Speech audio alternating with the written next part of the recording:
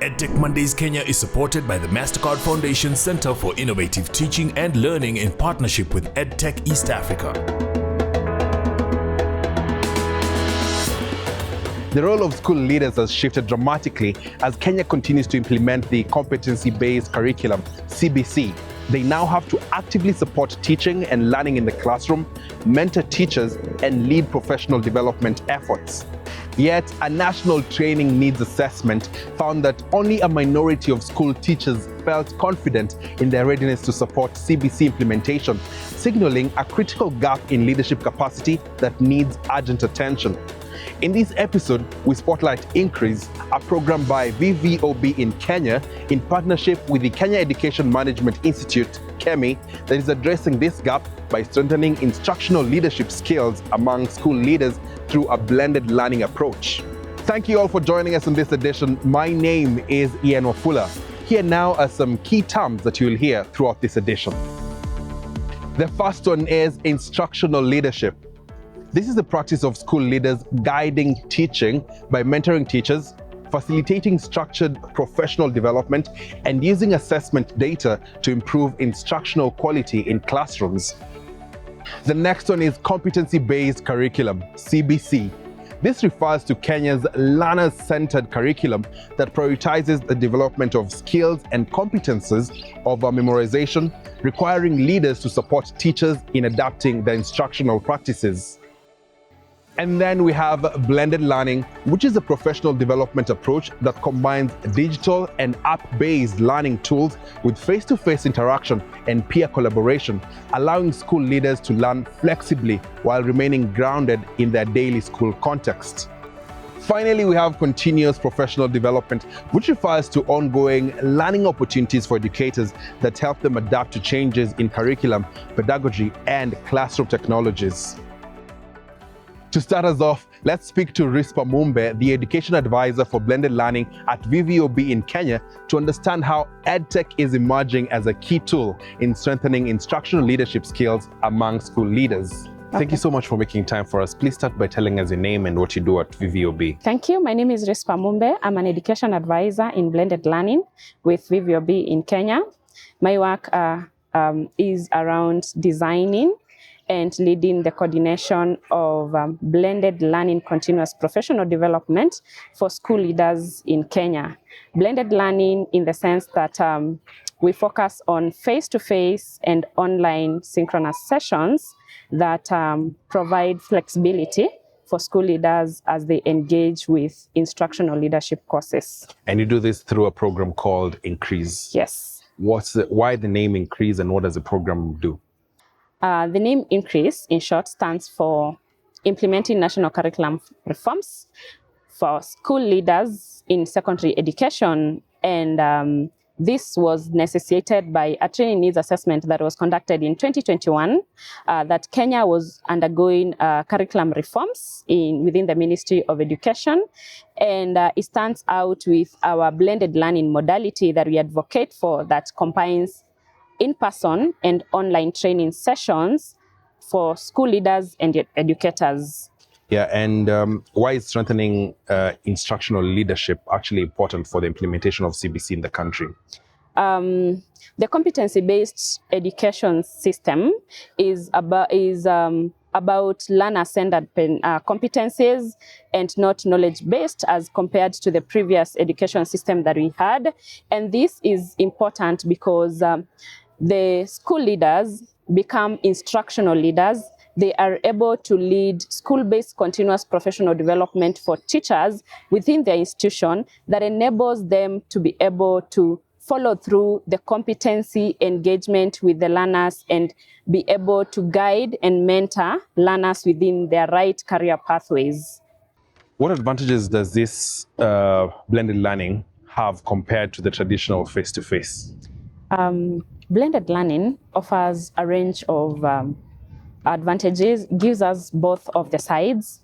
And when you look at it, you'll realize that blended learning for school leaders, or rather instructional leaders, creates the flexibility that is required for them to be able to run the school operations and still engage in instructional leadership programs.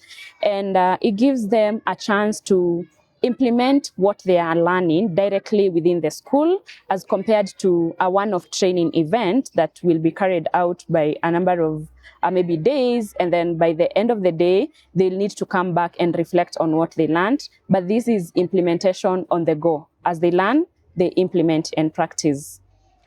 And a lot of the teachers, especially who have transitioned from 844 to the new curriculum, most of them had not embraced technology. Is this a continuous challenge that you're having?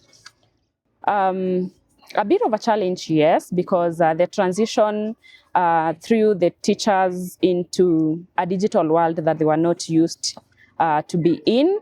But this has also created a chance for us as implementers, together with our implementing partner KEMI, to create digital awareness and engage the school leaders into digital safety and creativity that is required for them to implement ICT integration within their learning institutions. What about the availability of infrastructure? So we're talking about connectivity in schools, availability of laptops and other digital devices. How has that been in terms of this transition? In regards to Increase program, the program is offered through a mobile e-learning platform. So the application, the KEMI e-learning application, is available on Google Play Store.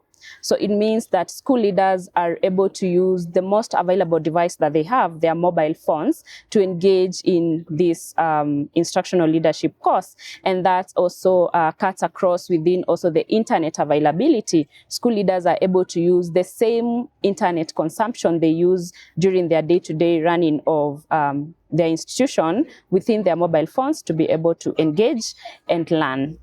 Yeah. Could you tell us a bit more about the course and what are some of the things that it entails? The course is an instructional leadership course titled ESL for JS, Effective School Leadership for Junior Schools. And it engages the school leaders in building their capacity as instructional leaders so that they are able to support their teachers in instructional leadership and being at the forefront. Some of the areas that are being covered within the course are areas like ICT integration in teaching and learning. We have learner support programs. We have teacher and staff welfare that focuses on building a holistic environment for both teachers and learners within the learning institution. We have areas like institutional governance that helps them to manage and know how to run the institution on the part of administration, and also aligning them with the national curriculum policy reforms. For example, being able to interact and to use the Kenya Education Management Information System, the KEMI system, effectively and efficiently to be able to reach each and every stakeholder within the learning institution. And finally, as we finish, Rispa, what kind of impact have you seen since the program started? Great impact that school leaders are now able to lead instructional leadership as compared to previous, when it was administration work purely. So school leaders are able to lead instructional leadership. They can be able to conduct classroom observation. They are able to look into the learner progress details on how learners are progressing with their education. School leaders are able to create a holistic learning environment for both teachers, staff, learners, and even the parents who are involved. This is basically because competency-based education curriculum is a holistic environment of learning, and it involves every stakeholder and every person is being involved in running the institution, and also making sure that the learners get and acquire the right competencies and are also gauged and placed correctly within their strengths, and are guided on how to build the strength to their career pathways. Thank you, Rispa. That was quite insightful. Now, Catherine Ngovu is a school leader of Mumboni Primary School, where I'm at right now. Time to hear of her experience with Increase program. Teacher Catherine, tell us a bit about yourself and the school that you head. Yes, my name is Catherine Ngovu. I'm the head teacher of Momboni Primary School, a school with a population of 1,310 pupils from grade 1 to grade 9. Yeah. We are handling CBC curriculum. Obviously, you're taking responsibility in terms of ensuring that teachers as well embrace CBC and technology. Before you took the program with Increase, what challenges had you seen before at that time? Before, as a leader, we were traditionally leaders. We were not doing the instruction or administration. So we were only leading. You are a leader, give guidance and sit in the office. But after the Increase program, we have done a lot. We have now become instructional leaders. We are doing something. So there was a lot of gaps in that. In that program exactly, what are some of the things that you realize have changed the way you approach with this? What do you remember from the program? There was the use of the digital learning, how to make the e-portfolios, and also there was a lot of experience on leadership. We were to do a lot of what we call this, the procurements, and how you mentor and coach your teachers. Yes. And so how did the blended and digital learning approach support your learning as a school leader, especially alongside your daily responsibilities? Do you find now your tasks are easy to manage? And how was that experience? Yes. The blended instruction is better because before it was like a transition. But now the blended, you can manage the teachers and you can manage the learners together. Yes. And what changes have you seen when it comes to the teachers you work with in terms of confidence building? Yes. Because over the time as we are working on EdTech Mondays Kenya, we found that many teachers are a bit hesitant to embrace technology. What kind of changes have you seen? My teachers are positively using the digital in the classes. And there is a lot of change because now we have the departmentals. There is someone who is in leadership of this, and they are working it positively, and they have taken it positively. Yes. If you're speaking to other school leaders or any school leaders who are watching this, what would you tell them in terms of embracing the Increase program? Why should they? They should have confidence in this. They should not fear. Let them not stop using the traditional methods of being in the office. Let them become instructional leaders. Yes. And so how do you ensure that whatever you learned through the Increase program is continuous and that this will be sustainable? Yes, I've mentored some of the teachers in the school. So in every part of learning, there is a teacher in charge of that. If it is about ICT, there is a teacher in charge of ICT. Discipline, there is a teacher on that. And I've given out the work to the teachers. So we work in collaboration with them, and also we engage the community and the stakeholders in the school to support us in that. Yes. Another challenge that many school leaders find themselves in is when it comes to equipment, for instance, laptops and connectivity. Is this something that you've experienced yourself, and how are you dealing with that? Yes, we had that challenge before, but we had to source for internet. We had to talk with the parents and the stakeholders. So we had to install internet in the school. And also, you have to talk with the NGOs and any other person to support you in that. So to the other leaders, it's good. They move out of their comfort zone and source for things to make the ICT integration in the school workable. And from a student's perspective, how has their attitude changed? Are you seeing them interact more with the teachers now? Very much, and they like it.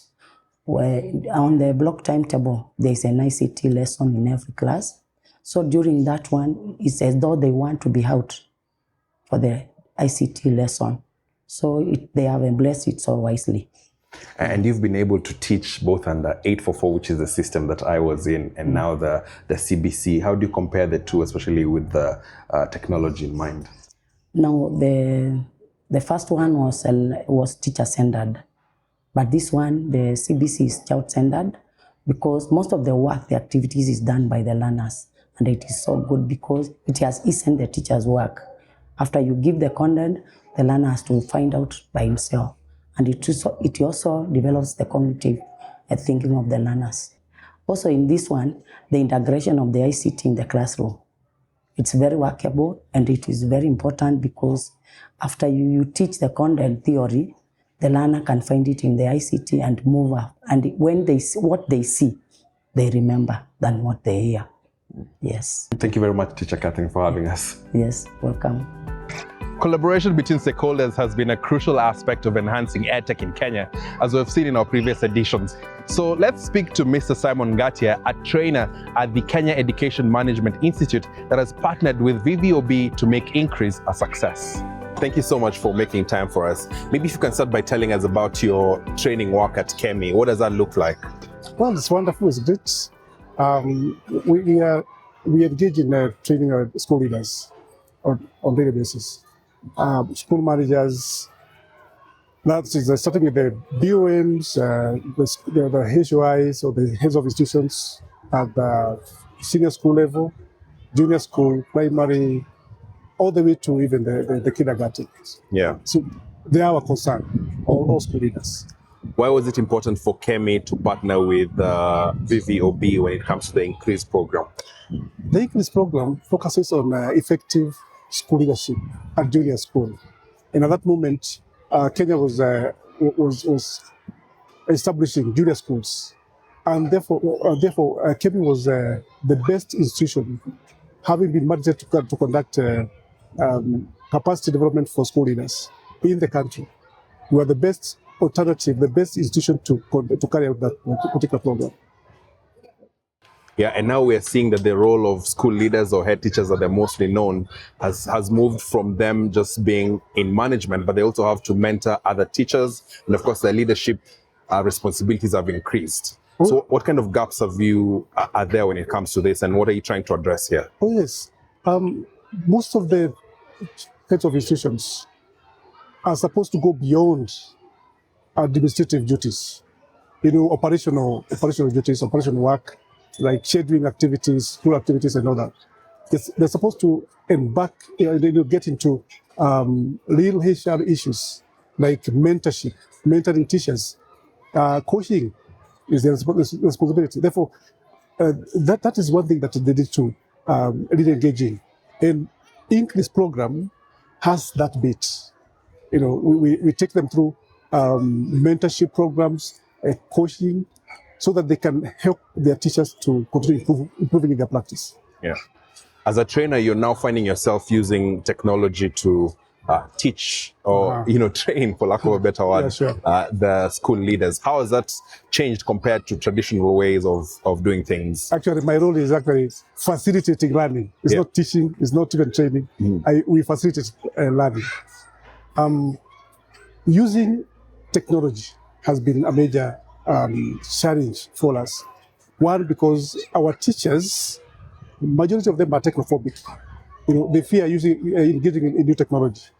But what I've realized is that once you immerse them in use of technology, in teaching and learning, and you engage them positively, you show them the positive side of using technology, they eventually get hooked to use of technology.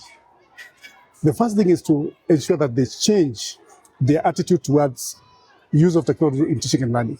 Once attitude is attended to, done. Well, you're saying they're technophobic. Why is this coming from? Why are they afraid of embracing technology from I themselves? think it's issues to do with their age. Most of the school leaders are kind of in the 50 to 60 age bracket. And they were not engaged with they don't engage with the technology, early in their profession. So but when we encounter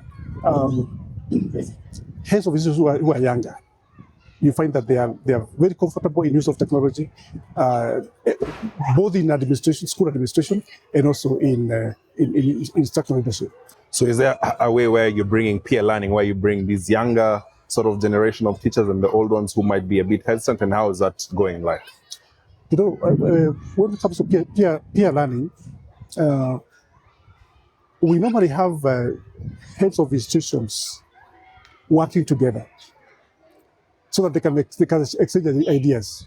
Most of them work in isolation in their various schools in isolation. But when we bring in the aspect of peer learning, communities of practice, eventually we bring them together.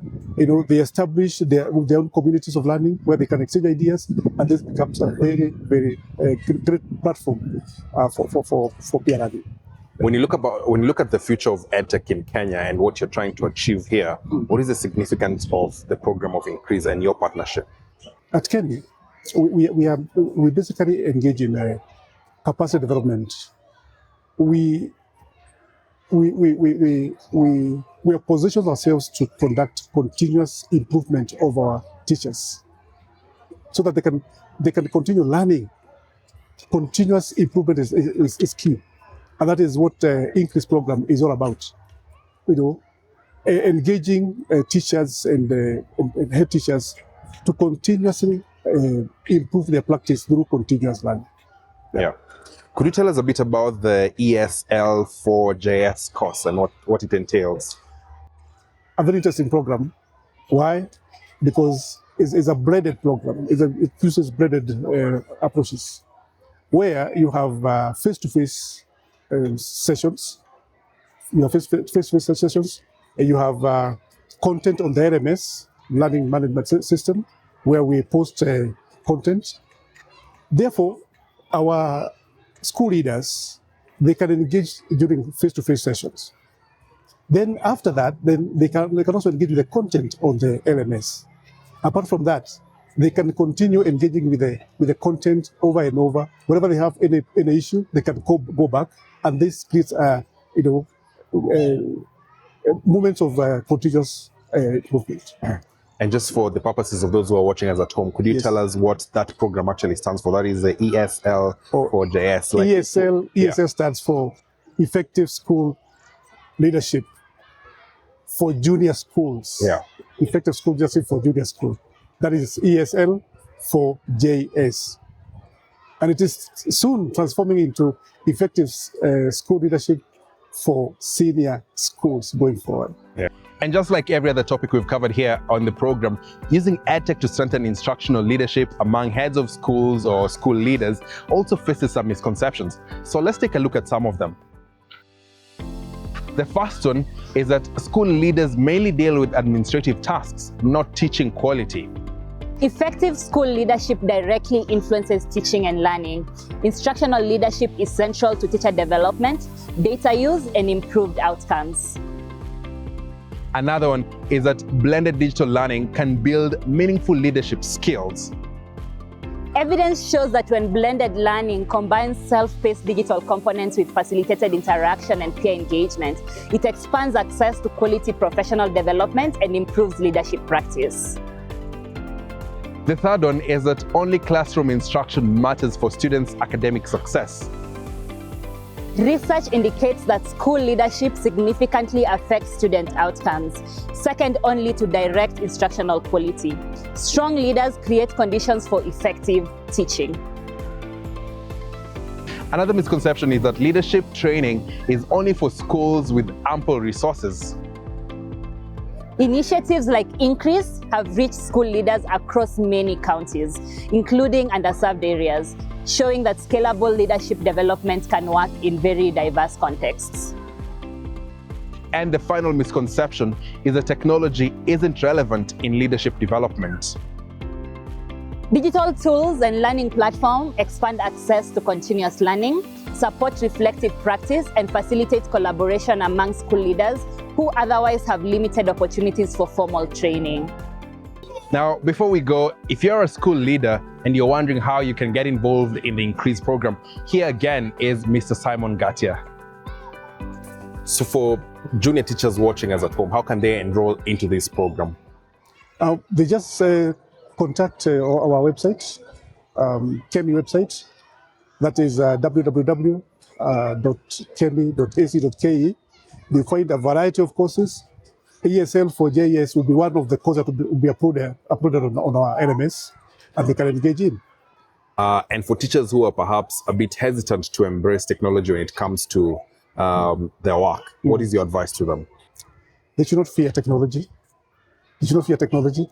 In any case, if they fear technology, they will be replaced by those who don't fear technology.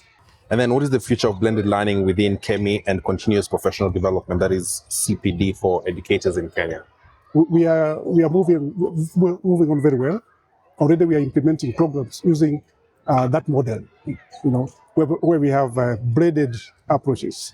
We have sessions, face-to-face sessions. Our participants, engaging with the LMS, and even check-ins that we normally conduct to see whether they are still on course in the program. So currently we have several programs that we are mounting using that very model that we learned from ESL for JS. So I wish to advise school leaders to engage with capacity development programs that will enhance their professional growth, and this will improve their performance, and this will trickle down to the child that they are teaching. Well, that is it for this edition of EdTech Mondays Kenya. Remember to follow us on social media using the hashtag EdTech Mondays to share your thoughts, and let's keep the conversation going. Special thanks to our sign language interpreter, Miss Rose Omolo. My name is Ian Wafula. Until next time, goodbye. EdTech Mondays Kenya is supported by the MasterCard Foundation Center for Innovative Teaching and Learning in partnership with EdTech East Africa.